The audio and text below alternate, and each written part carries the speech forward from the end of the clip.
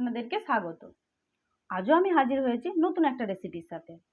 আজ বানাবো দো পেঁয়াজি। দো পেঁয়াজি রাস্তার ধারে বিকেলের দিকে গ্রামে গঞ্জে কিন্তু খুব দেখতে পাওয়া যায়। শহরাঞ্চলে দেখতে পাওয়া যায়, কিন্তু গ্রামে গঞ্জে এটা বেশি দেখতে পাওয়া যায়। তো চলুন আমি এই দো পেঁয়াজিটা কিভাবে বানাচ্ছি সেটা আপনারা দেখতে থাকুন। গরম গরম ভাত, জল ঢালা ভাত, এমনকি মুড়ি বা পান্তা ভাতের সাথে এটা কিন্তু খেতে খুব সুন্দর লাগে। আপনারাও এটা বানান আর সাথে দেখতে থাকুন আমি কিভাবে এটা বানাচ্ছি। দো পেঁয়াজি বানাতে লাগছে পেঁয়াজ।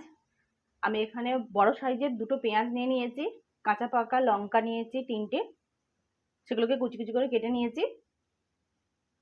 বেসন নিয়েছি বড় চামচে 2 চামচ, আর হাফ চামচ এর থেকে বেশি মানে 1 চামচ নিয়েছি চাল গুঁড়ি, একটু হলুদ নিয়েছি, নুন নিয়েছি, কালো জিরে নিয়েছি, আর একটু খাবার সোডা বা বেকিং সোডা যেটাকে বলে সেই সোডা নিয়েছি। এই সামান্য কটা জিনিস দিয়ে খুব সুন্দর একটা স্ন্যাক্স তৈরি হয়ে যাবে, বলতে পারেন জলখাবার।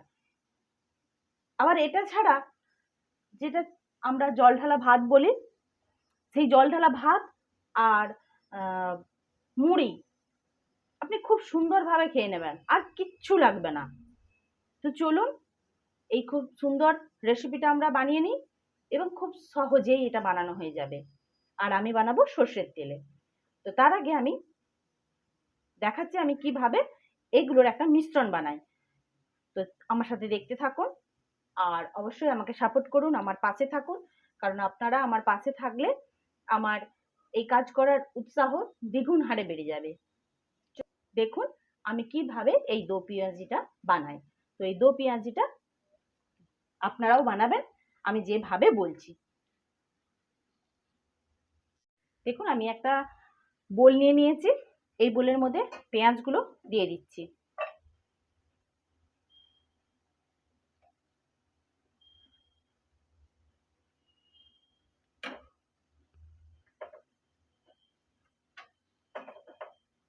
পেঁয়াজ,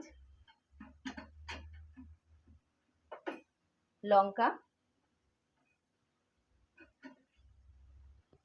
আর দেব নুনটা আর হলুদ, কালো জিরে, এগুলো দিয়ে দিচ্ছি। আর বেকিং সোডাটা আমি পরে দেব। এগুলোকে দিয়ে আমি খুব ভালোভাবে কিন্তু এইভাবে মেখে নেব।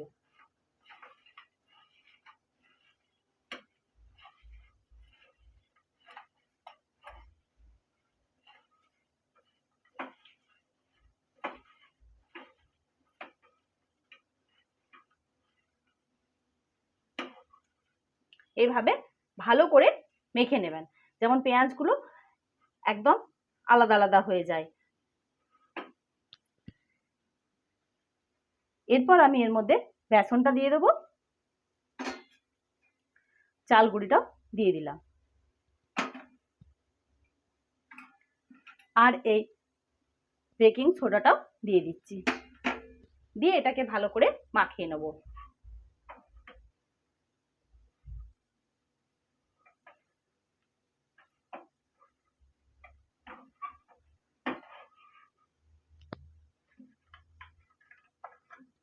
এরপর আমি অল্প পরিমাণে জল মেশাতে থাকবো।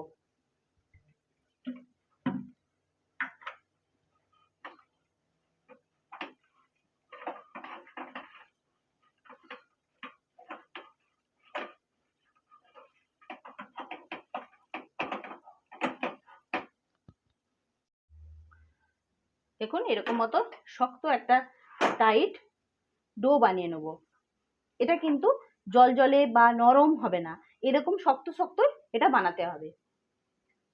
ঠিক আছে, চলুন এগুলো ভাজার জন্য আমি গ্যাসের ওভেনে তেলটা বসিয়ে দিই। গ্যাসের ওভেনে কড়া বসিয়ে আমি সর্ষের তেল দিয়ে দিয়েছি, তেলটা গরম হতেও দিয়ে দিয়েছি।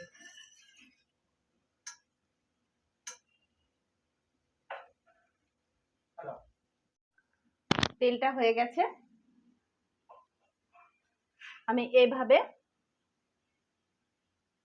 চ্যাপটা চ্যাপটা করে আমি এগুলোকে তেলের মধ্যে ছেড়ে দিচ্ছি।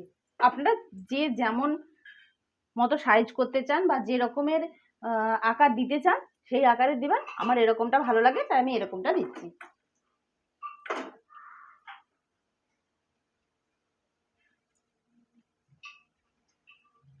দিয়ে এগুলোকে ভালো করে ভেজে নেব। আরে ভাবছেন কি যে এই তো পেঁয়াজ বেসন আর চাল গুঁড়ি দিয়ে মেখে নিল, ব্যাস তেলে ভেজে নিল, হয়ে গেল। না না, দাঁড়ান, দেখুন পুরো ভিডিওটা শেষ পর্যন্ত দেখুন, দেখতে পাবেন কেন এটাকে আমি দো পেঁয়াজি বলছি। পুরো ভিডিওটা না দেখলে কিন্তু মিস করে যাবেন।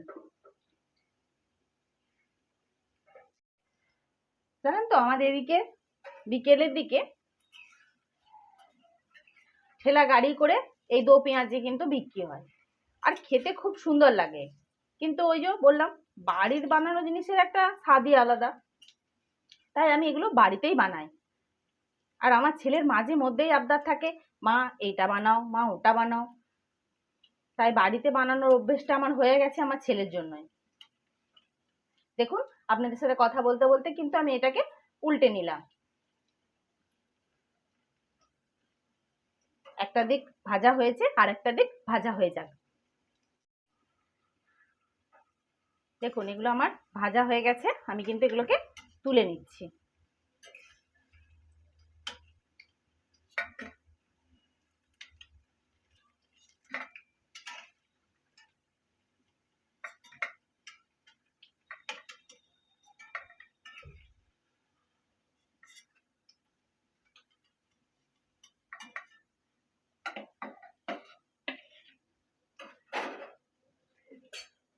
বাকিগুলো আমি ভাজতে দিয়ে দিচ্ছি।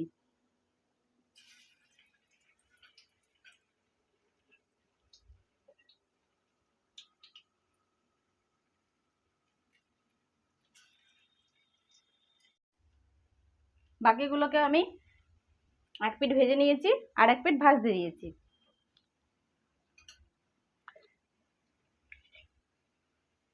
এরপর দেখুন যেগুলো আমি নিয়েছিলাম সেইগুলোকে ভালো করে থেতলে দেবো। এইভাবে আমি সবগুলোকে থেতলে নিচ্ছি। দেখুন এইভাবে আমি সবগুলোকে গ্লাসের পেছন দিয়ে থেতলে নিয়েছি। আপনারা ঠান্ডা করে হাত দিয়েও থেতলে নিতে পারেন। দেখুন এগুলো হয়ে গেছে, এগুলো আমি তুলে নিচ্ছি। আর প্রথমবার যেগুলো ভেজেছিলাম সেগুলোকে থেতলে নিয়েছিলাম, সেইগুলোকে আমি কড়ার তেলে আরো একবার ছেড়ে দিচ্ছি। এগুলোকে আরো ভালো করে ভেজে নেব।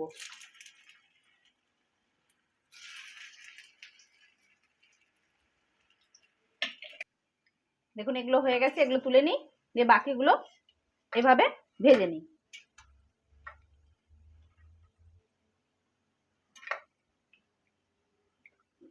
বাকিগুলোকে আমি তেলের মধ্যে ছেড়ে দিচ্ছি।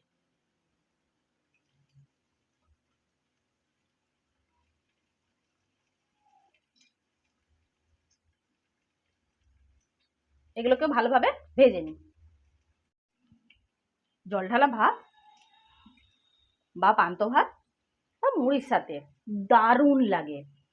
হ্যাঁ, তবে আপনারা সস দিয়েও গরম গরম কিন্তু দো পেঁয়াজি খেতেই পারেন।